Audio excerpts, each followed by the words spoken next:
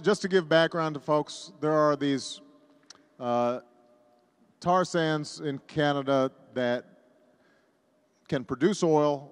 There's talk about building a pipeline into the United States to import that oil.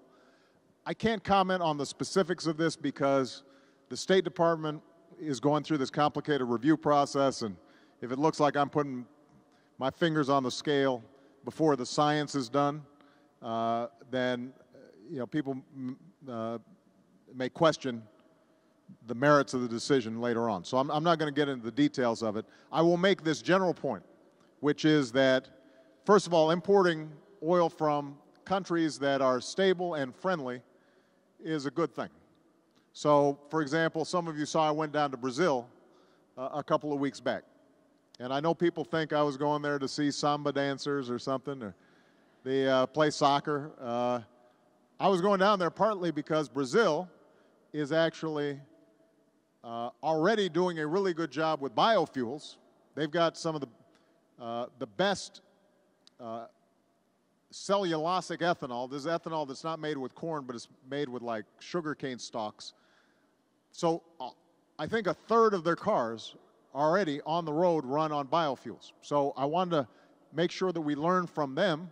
This goes to the point about another way that we can lower gas prices. But they also just had these huge discoveries of oil off their shores underwater, pretty deep down.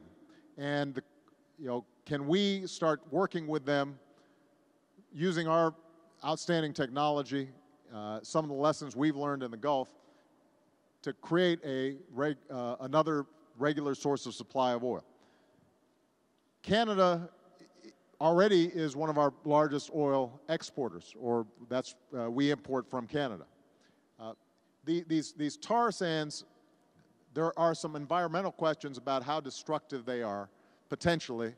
What are the dangers there? And we've got to examine all those questions. It's the same thing with natural gas here in Pennsylvania. Everybody's been hearing about the whole fracking issue, right? Now, natural gas is a relatively clean energy. It's a fossil fuel, but it burns pretty clean. But we've got to make sure that as we're extracting it from the ground, that the chemicals that are being used don't leach into the water. Nobody's an environmentalist until you get sick.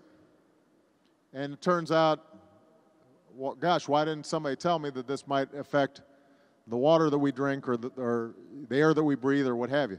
So we've got to do some science there to make sure that the natural gas that we have in this country, we're extracting in a safe way. The same thing is true when it comes to oil that's being piped in from Canada, or Alaska for that matter. We've just got to do these evaluations, and we're always trying to do that based on the science. All right?